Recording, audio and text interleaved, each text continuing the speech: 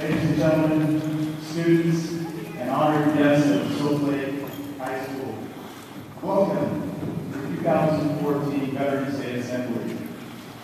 Would you please stand for the presentation of the colors by veterans of the American people and the singing of the Star-Spangled Banner, our national anthem, by Elliott Boyd.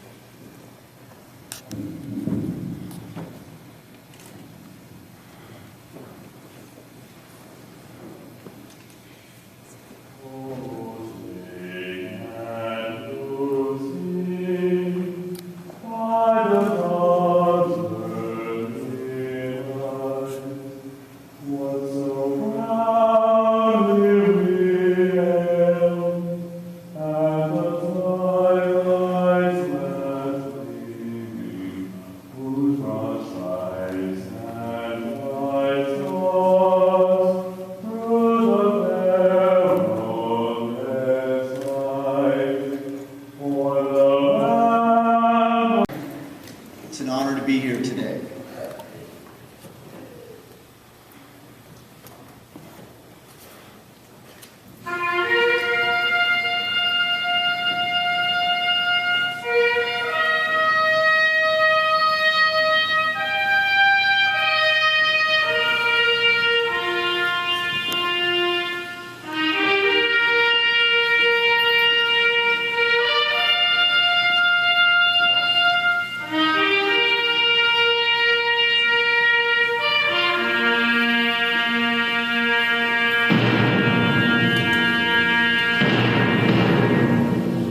The call has gone out over the years here in America, many times, many places.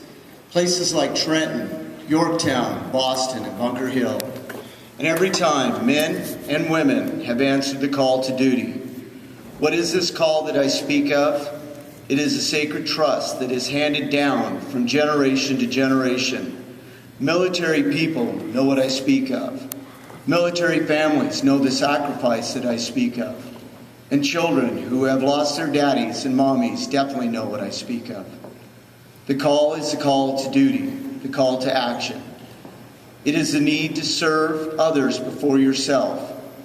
This is something that tends to run counter to human nature. We want to serve our needs before others. But in basic training, they teach us that you must put the needs of others first. I learned that it was God first, then family, then country, then the Air Force, and lastly was me. I had heard this before in the Bible, serving others before yourself, but never before had I heard it outside of church. But this is what the call is. I answered the call in the May of 1981 when I entered the U.S. Air Force at Lackland Air Force Base, San Antonio, Texas.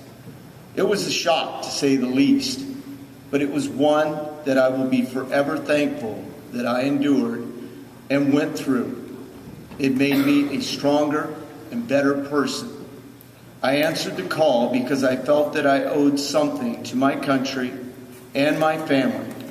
I wanted to stand in the gap between them and all the negative things in the world. I wasn't the first in my family.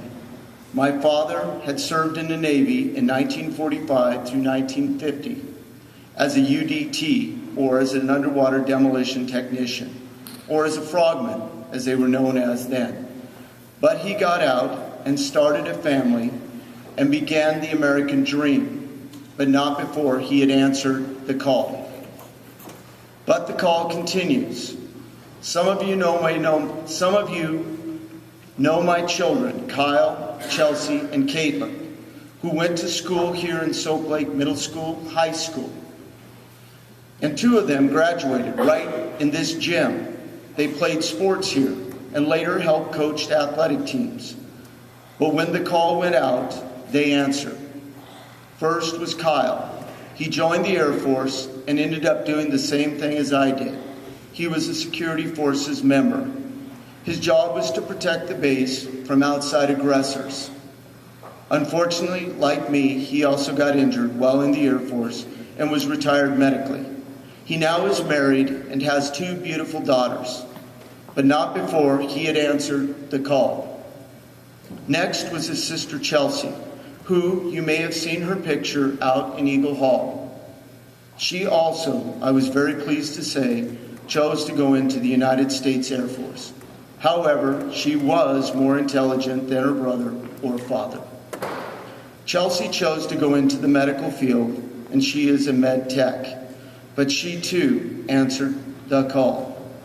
Even today, she continues to serve, ready to answer the call, and, if necessary, again, as the Bible says, quote, "Greater love has no one than this, to lay down one's life for one's friends," end of quote. Many veterans in this gym know the meaning of what I speak. That sacrifice has been given many times over, and unfortunately will have to be given again. But the call will go out over America again and again. Young men and young women will answer, and America will still be the land of the free and the home of the brave. Thank you, and God bless America.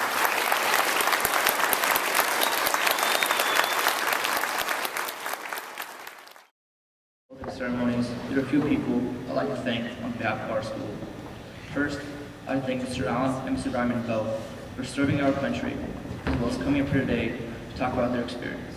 Second, I'd like to thank the American Legion and all our local veterans who made it or could not be here today for serving our country, as well as coming down to our school today to help our students truly understand what it means to be a veteran. I'd also like to thank Sandy Barnes, Elia Boyd, and the current class for contributing to our assembly. And last but not least, I'd like to thank Ms. Davis for putting together the wall of veterans you may have seen on your way in. May we please all give them a round of applause.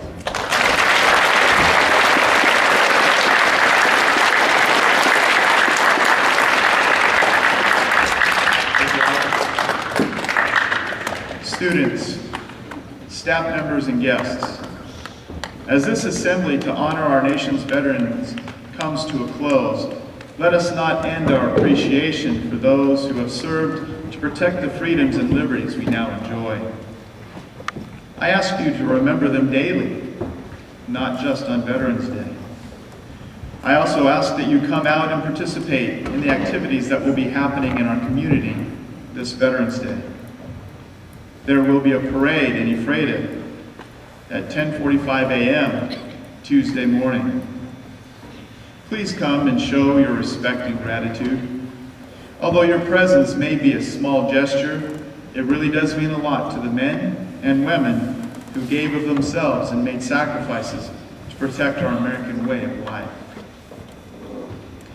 Ladies and gentlemen, students, and honored guests, would you please stand for the playing of taps and retiring of colors.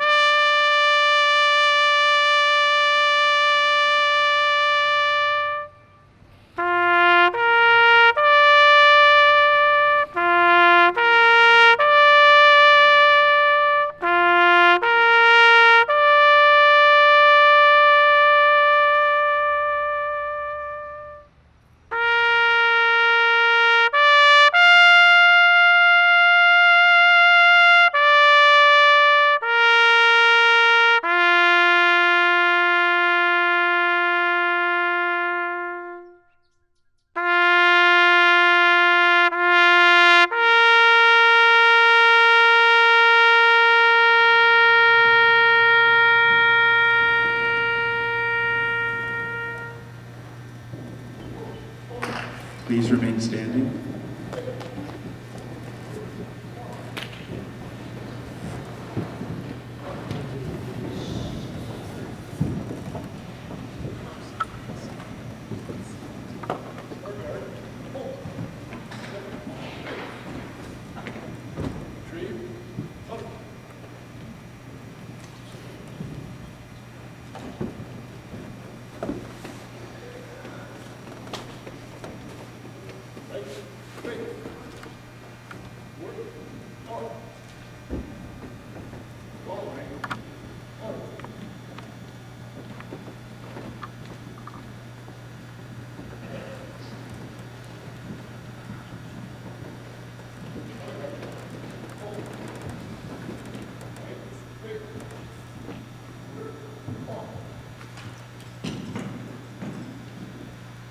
Thank you. This concludes this year's Veterans Day Assembly.